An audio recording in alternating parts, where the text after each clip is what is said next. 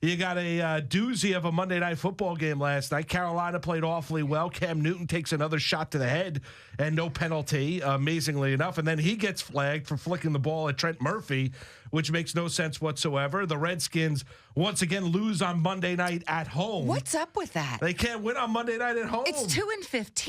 It's terrible. That's got it. How many years does that go back?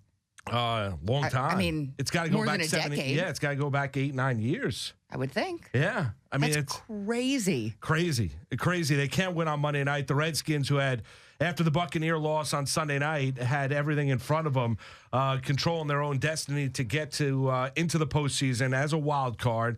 And they let that slip through their fingers as Carolina, without Kuechly on the field last night, he did not play, but you got a lot of Jonathan Stewart. Cam Newton played well. Ted How about Ginn Tolbert? And Tolbert, yeah. I think he's gotten a little bigger. Yes. And he can run. move. Yes. I tell you, Stewart and Tolbert, that is a lot to deal with. In fact, Carolina obviously did not put it together this season. No. A year after having obviously a terrific season.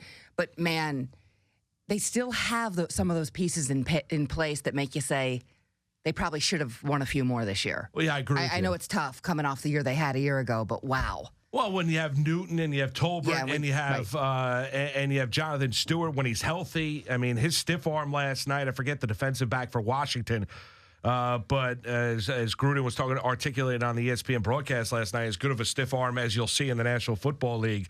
The talent is still there, but an utterly disappointing year following an unbelievable season a year ago that ended in their Super Bowl loss to the Broncos last February. But the Redskins let it slip through their fingers, and you look at the complexion in this NFC, Kim, and it's really locally here, Giants, as they're 2 games back of the Cowboys for the to go out there and win the division. But this Giants team is playing awfully well right now defensively. They're scoring just enough. They've won 8 of 9. Beckham is making plays. Eli got off to a much better start, throwing the football on Sunday against the Lions at home.